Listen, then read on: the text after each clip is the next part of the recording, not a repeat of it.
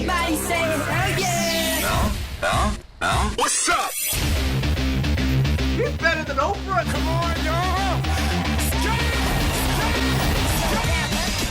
This is Shaun T, and it's time to trust and believe.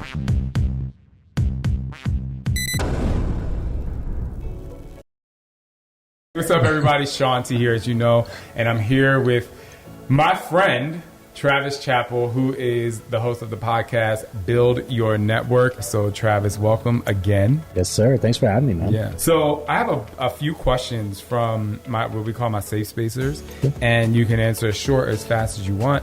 You all make sure you have your pen and your paper and take notes. And then what I'm going to do is upload a post so you guys can have a conversation about the information that Travis provides. Are you ready? Let's do it, man. Let's do it. All right. So here we go. Lori Nudie says, I struggle with trust and believe in yourself. When you have failed over and over again, how are you supposed to trust and believe that you can do it? And then she said, this is exactly what I struggle with and how I feel. I'm my own worst enemy, and I always self-sabotage, and I want to believe in myself, but I don't know how to break the cycle. What are just some tips that you could provide to break the cycle? Yeah, great question. What was the name again? Lori. Yeah. Lori, great question. I always say start with the small things. So let me explain what I mean by that. You are currently in a cycle of self-sabotage because your reputation with yourself is tarnished. You don't believe that you have the ability to deliver for yourself. And so where I start with those kinds of things is just starting with really like micro goals. Because the problem here, like the symptom is that you have self-sabotage. The disease is your lack of self-confidence, the lack of belief that you have in your ability to make something come to fruition after it's been in your brain. So what I recommend doing is trying to learn to build a good reputation with yourself, and whatever that means for you. So the bottom line is whatever you're going to, like whatever you say, you have to do it, whatever it takes. But don't start with giant things, right? Like, so you and I talked a little bit about a morning routine in our podcast together. And people will go from waking up at 9 a.m. and filling their face with a bunch of bad carbs and taking a quick cat nap after being awake for 45 minutes and watching TV, and then getting their day started at noon and get to work by 2. Like they'll go from that into, all right, tomorrow I'm going to wake up at 5 a.m. and I'm going to do 20 minutes of meditating, and then I'm going to do 30 minutes of reading, and then I'm going to do a workout, and then I'm going to go, and like it's just too much. Right. Like it's overload. And what happens is you start building that negative reputation with yourself because you told yourself that you were going to change your morning routine, and then day 4 you stopped.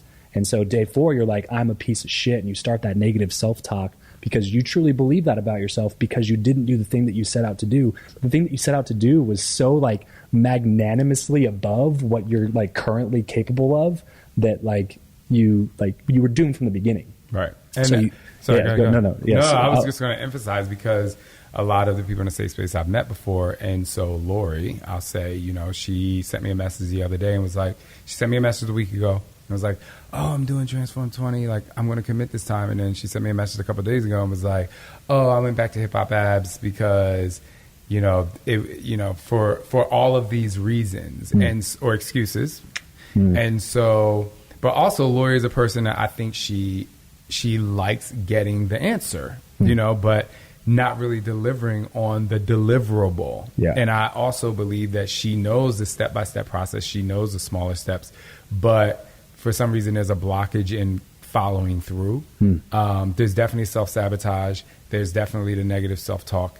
And I also believe that, the follow-through is just really important for people. I talk about it in exercise a lot. And so not just for Lori, but for other people, like, what do you say to people who are, like, what is the thing that you think is blocking people from following through? Yeah, I just come back to setting up little small things that I can do every day that I know. So something that might be helpful practically is grab a calendar, like an actual physical calendar that you have to buy for like $12-15, put it up in your house. And this comes from Jerry Seinfeld. He did this. He yes, would write. Seinfeld. Yes, exactly.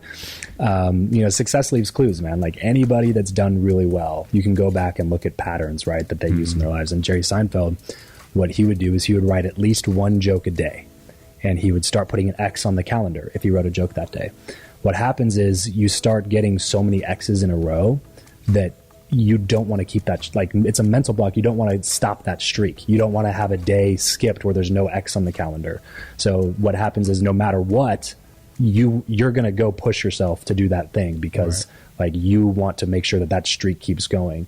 So I say do that, but start with something small. Like if you're going to try to work out, you're going to, effectively change your morning routine. I would start with something small. Go with like, you know what, for the next 7 days, I'm going to get up at 6:00 a.m. That's it. Like get up at 6. That's the only goal. What happens after I get up at 6, I'll deal with it then. Like I have a couple things I'm going to try to do, like this workout or maybe some bulletproof coffee, or I'm going to fast, whatever. But you got to start with something small. And then what happens is like people appear to be hyper disciplined. So like somebody like you or somebody like Jerry Seinfeld or some of these other people might appear to be hyper disciplined, but really what it comes down to is we all have the same level of discipline. It's just that some people have learned how to discipline that level of discipline in order to stack habits on each other. Right. And so they discipline, like, when I wake up, it's going to be at 6:00 a.m. And if all I do tomorrow is wake up at 6:00 a.m., like that is an X on the calendar, and it's something that gives me positive direction. So then after doing that 7 days and then 14 days, and that turns into a somewhat of a streak on there, you start to build that inner reputation with yourself where you say, you know what, I'm the kind of person, you're building that self-identity where it's like, I'm the kind of person that when I say something, I'll do it.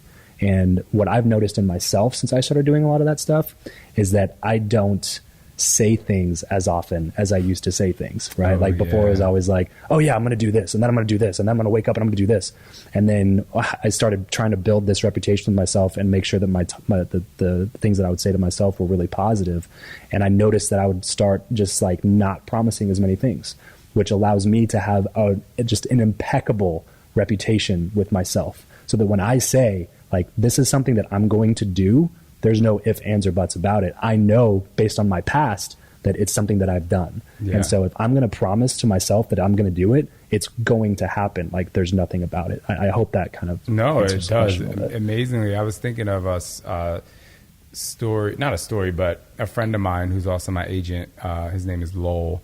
And I remember him one time telling me, oh, I'm going to work out, I'm going to do this, but we need a new calendar.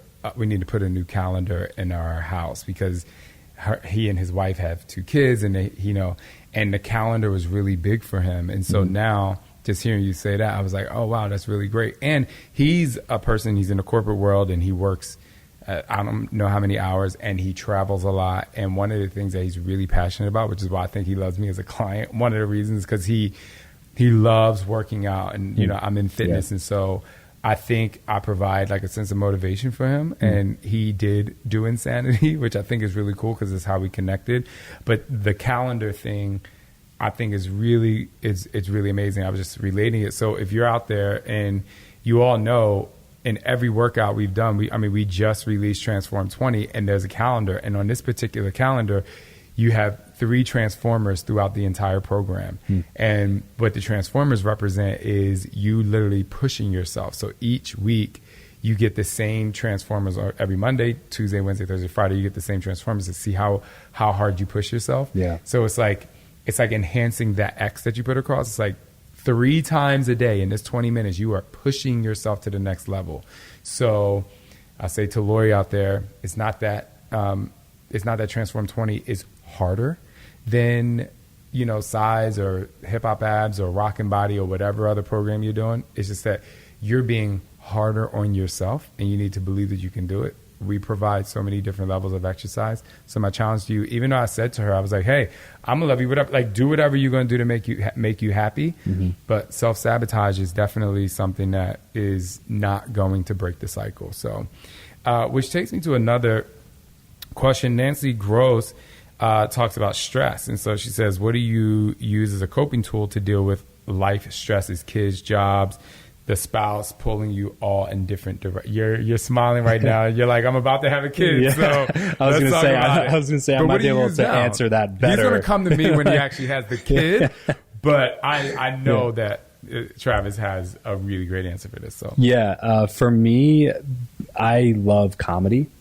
But it's so difficult to say just one thing, because I think for everybody, it's just a like totally different answer. Whenever I'm feeling super stressed, I like to sit down and not focus on anything except for things that are funny. I don't know why. It just puts me in a positive mood, and I like to laugh a lot. And so if I sit down and watch some comedy and then spend some time with myself, which for me is I like to just smoke a good cigar, a glass of whiskey, and just sit there on my porch. My dogs are running around, and just think. And I know that there's a little bit of science stuff happening there with the nicotine from the cigar and a little bit of a buzz coming on from the whiskey and stuff. But it allows me to, it just gives me a really good safe space. So that's going to be different for anybody. But I would say that find something that you enjoy doing, and then find a way that you can get by yourself. I understand like kids and spouses and friends, and there's so much noise that happens, but that's the whole point. Is like, I think a lot of that stress comes from all of that, all of those things. So if you don't find time to get away by yourself, and that could be meditating in the morning, you know, like that, like going back to the X on the calendar thing, maybe that's the thing that you do every day. Like no matter what, as soon as I get up, I'm going to get up 30 minutes earlier. Like you were saying in our podcast, like before everybody else gets up, and spend some time with me. Because in those times, that's when I get the most clarity, and I feel the stress levels like dropping off for sure. Do it alone, but I think they really are crying out for help. And then the last line, it says, "Why can't I just rack out so that I can get it taken care of while I'm taking care of the crisis?" Yeah, I think that you don't necessarily have to accept help from your family. I think a lot of times those are the most difficult people to accept help from. So there's always these preconceived notions and judgments and filters and perspectives that are coming to the table. And a lot of times it comes from a place of love. So I'm not saying that this is the case for anybody. I'm not saying to talk to your family if that's something that makes you feel comfortable. But if it doesn't make you feel comfortable, then find, like you can't, like you shouldn't go through it yourself. You need an expression of everything that's going on the inside. And so if that's you and you don't find comfort in doing that with your family because of whatever reason, then get a therapist, join a mastermind like what you're doing with this group with Shaun T. Like find something that will allow you to, with no judgment, share the way that you're feeling. And I think the pressure that you're feeling for you, I think that's just societal, and sometimes it's, you know, maybe it is something to work through. I don't know the situation, but I would say don't feel pressure to make sure that like you're okay with it being your family. Yeah, and one of the things I'll say is we are in a safe space, and one of the things if you get to know people through the comments and the posting in the group, is once you have, you know, a relationship with someone, maybe it is a once every 2 weeks jumping on the phone or a Zoom call so you can have a face-to-face, because it is true when like family carries baggage. And so if you do feel comfortable reaching out to your family, if that's one, you know, a lot of people have that one person that's their ride or die. It might not be necessarily be the husband, the wife, or the boyfriend, girlfriend, sister, brother. It could be a cousin that lives in another state. Great, you know, go handle it. However, it's totally okay to do it alone, but do have an outlet. So we have that here for you. All right. So next question, how do you say no in a respectful manner? Kristen asked this. For me, my self-care goes out the window. Having a group/tribe around who understands so critical. How can I build that at almost 40? So how do you say no? Yeah, that's a good question. Tim Ferriss actually has an entire chapter in his new book, Tribe of Mentors, that's dedicated to this topic. So I highly recommend picking that up. And because this is Tim Ferriss that we're talking about here. So he tells a story about how he reaches out to his insane network of top performers, right? Billionaires, athletes, celebrities, all these people. And he gets rejection letters back from a lot of these people who are too busy to put stuff into his book and different things like that. So he actually takes their rejection letters, got their permission to take their rejection letters and put them into the back of his book. So you can see exactly how busy people say no, but say it in a respectful manner. So I could give a couple things that I do, but I think that would probably be your probably be your best bet is to pick up that resource, because there's a lot of different ways, and ultimately it just comes from like a level of comfort that you have. But it's definitely something that I've had to learn to do with the show gaining in popularity and different things like that, because before I had to beg people to come on my show. I was doing 3 interviews every week, so it was a lot of work to try to go out and get people and bring them on and then schedule and then produce and all that kind of stuff. And so now it's to the point where I'm doing 3 episodes a week, but only one of them is an interview. And so with the show growing in popularity and then the supply also being smaller, I get a lot of people reaching out and different things, and I have to say no to a lot of people. But the bottom line is, I think that if you're afraid of saying no, it comes with the inner feeling that you have to, you're still worried about what the other person is thinking about you in terms of like you, because I struggle with that, because I hate when people feel that I'm like arrogant or cocky or selfish. And it's always just something that I've just kind of battled, being like in sports and all those things growing up. I never wanted anybody to have that vibe from me. Right. And so when I turn people away, I feel like that's the vibe that I'm giving off, is like, no, you're not important enough type thing. But it's not at all where I'm coming from. And I got so worried about it for so long that I would actually say yes instead of saying no, because I didn't want anybody to feel that way about me. Right. But then it was damaging my own show, like creating problems for me to have to like filter through before I shared with my audience.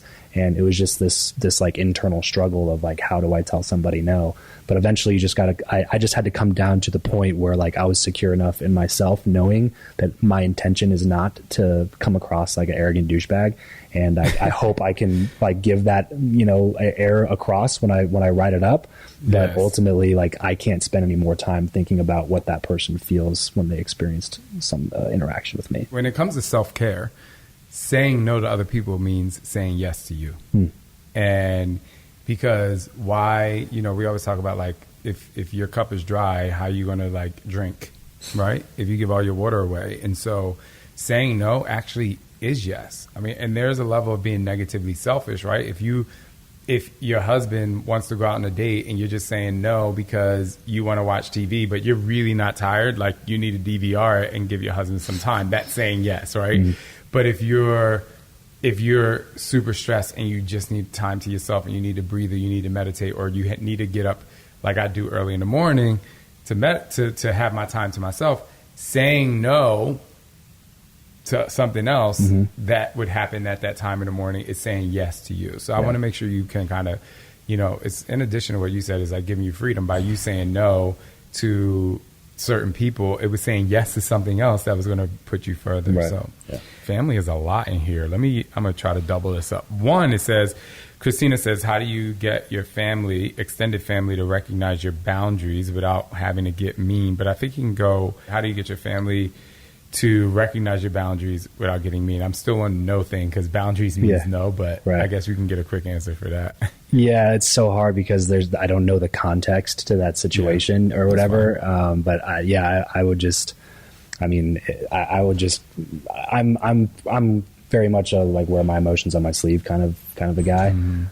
So, it depends we're very similar. Yeah. So it really depends on the situation. But if it's like really bad to where it's actually damaging your productivity and like your life, if it's possible, like I would say move, like don't have them have the ability to do that. Like you move away from your family, like nobody's showing up on Thursday night for like movie night uninvited anymore. You know what I mean? Like, so like that's a huge reason just to get super practical. But again, it's hard to answer without all the context of the situation. Yeah. So here's these next two questions kind of go hand in hand. So I love these answers. What I'm saying, Linda says, I struggle with making strong friendships. I have friends, but what are some good ways to take them to the next level? Basically, dependable friends. And then this kind of goes in line with it. Princess asks, how do you really find the people who will be for you and in your corner? So I'll start with the second one first because I think that answer is a little bit shorter. Finding people that are for you and in your corner, I think, comes down to doing things that you like to do, like whatever that means for you. Like if you enjoy photography, then find a local meetup of a bunch of other photographers who are out there trying to do something with photography. For me, I enjoy business. I enjoy podcasting. Like, I enjoy those things. So I go to industry events. I pay money to join masterminds. Like, I put myself in those situations to get around people that I can then communicate with. Because, like, here's the thing. I love my family to death, and I love my friend circles. A couple of my friends grew up the same way that I did, and now we're on the same page currently as well. And I've known them since I was 3 years old. They're like brothers to me, but we don't vibe in terms of like what we do in our careers. Like, they do just regular like 9-to-5 type work and are cool with it. And I'm not that way. So like when I try to explain a certain situation, like, they can bro down about it and drink some beer and play some video games, get my mind off it. But in the end, they can't truly understand like what's happening in my, like, inside, what I'm feeling, what I'm thinking. And so for me, getting around other people who have similar experiences and outlooks allows me to connect with somebody deeper and faster, because like there's so much commonality there. So I just took a group of people out to Thailand for 5 days and I hosted like a destination retreat. He didn't take me. Just FYI. Next time. It's like 22 of us out there. And the connections that we cultivated while we were there was amazing, because a couple of things happened. We got around like-minded people who have similar like experience and context and emotions. And then we got out of our way of life, our milieu. We got out of our routines and put ourselves on the other side of the world to then like allow us to have that shield down to where like the connection was much, much easier. So if you can do those types of things, like I'm huge about my whole brand, as you know, is called Build Your Network, because there's so many people suffering from like loneliness, depression, anxiety in a world where we are the most connected than we've ever been, literally. And it makes zero sense to me. And so my whole brand is built on like building genuine human connection with people. And those are a couple of things that I figured out, is getting people out away from things that they're used to and putting them in an environment with a bunch of other people who think the same way that they think allows you to build just instant and lifelong deep connections with other people. Yeah, it's interesting you say that, because we're doing a destination transformation weekend in the south of France, and that entire weekend, I mean, we're so similar. We need to do something together, but for sure. That entire weekend is, well, yeah, I'm going to give a couple keynotes, but more importantly, it's about working with other people to find out how, because there could be something that you're struggling with, but and there could be something that you're struggling with and something that you're really great at, but the thing that you're great at helps the other struggle, and then vice versa. And so we're going to really get into a lot of action-oriented team building exercises. That's something that you're doing with the Safe Spacers. With the Safe Spacers and out there in the south of France, because transformation happens when you take action. Yeah. And so, again, if you stay in your comfort zone, you're being a spectator on life. Yeah. And this is about taking action. So go to that. Do whatever you can to go to that, because that's gonna literally change your life. I promise you. Okay. I know you asked a question before that first one. Okay, cool. Yeah, you answered both of them. All right. So my final question comes from Janata. She said, "I was thinking about this last night." I like that. I love the thought. Yeah. We're in thought with you. I was thinking about this last night. I know I'm not for everybody, but it bothers me at times when I'm nice, friendly to people, and they don't return the friendliness. But then you look around and those same people are aloof with me. Those same people that are aloof with me are very friendly with around others, joking around, having a good time, carrying on conversation. I often wonder what is wrong with me where they can't express the same kind of behavior. And I know that's deep, so you probably have to do some like surgical digging in your answer. But I think it's a good question to finish on, because it kind of encompasses a lot. And so I think it encompasses a lot of what people in the safe space could be going through. Yeah. And you might be able to open their eyes to that. So I would say those people aren't your tribe. Now, tactically, yes, there are some things that you can do in terms of like tonality, body language, learning good questions to ask people, how to connect with people. And that, I think, is just a skill set that comes over time, and maybe studying, like pick up a book. what's it called? Captivate, by Vanessa Van Edwards. It's a book on body language, how to know like what social vibes you're giving off to other people. But I think ultimately what it's going to come down to is like those people just aren't your tribe. Like if you are in a situation where like you don't feel like you're connecting with everybody else, like they're connecting with each other, then, and again, I don't know the context of the situation, but maybe that's not the place that you should be. Like maybe it has nothing to do with you or them or the fact that you guys aren't like buddy. But anytime where I feel like I'm with my people, I don't really feel that way. And I think it depends also on the environment as well, meaning like, do they have a prior connection where you're stepping into a situation where like these people have known each other for 10 years and you're the new person to the group? Because like you can't expect to have the same connection that they're going to have right off the bat if they've known each other for a long period of time. So I think it first comes with just an assessment of the situation, like understanding what the dynamics are, and then also an assessment of like who you're trying to attract into your life, and then figure out if there's any way that you can kind of improve in the meantime. But I like just going with my gut here, I would say it's probably nothing that you're doing, and it's probably just the fact that you're not with your people. So do whatever you can to get around your people, like find ways to connect with a safe space, or something I do with my mastermind and people that are in my group that I recommend for anybody is go to calendly.com, get yourself a scheduling link. It's free, I think, for your first event. So you can make one scheduling link, block off a 10 to 15 minute spot in your calendar and shoot it out to all the other members of the group that you're in, because Shaun's created an amazing space for everybody to come in here and connect and do the very things that you're asking about. But a lot of times when we are paying to be a part of something, we feel that it's incumbent upon the organizer to do all the connecting for us, and it's not. You're going to get out what you put into it. And so if you're in this group of all these other safe spacers and have this environment to be able to connect with people, but you just haven't felt that, then be proactive instead of reactive and go build yourself a Calendly link, drop it in the group, and schedule a bunch of phone calls with some people in there and see if there's any way that you can help serve. Don't think about yourself. Only think about ways that you can serve the group and give back. And I promise you, you're going to start building some connections with people that you never even thought you'd be able to meet. And I will say, in addition to that, like I've grown the most by teaching what I know.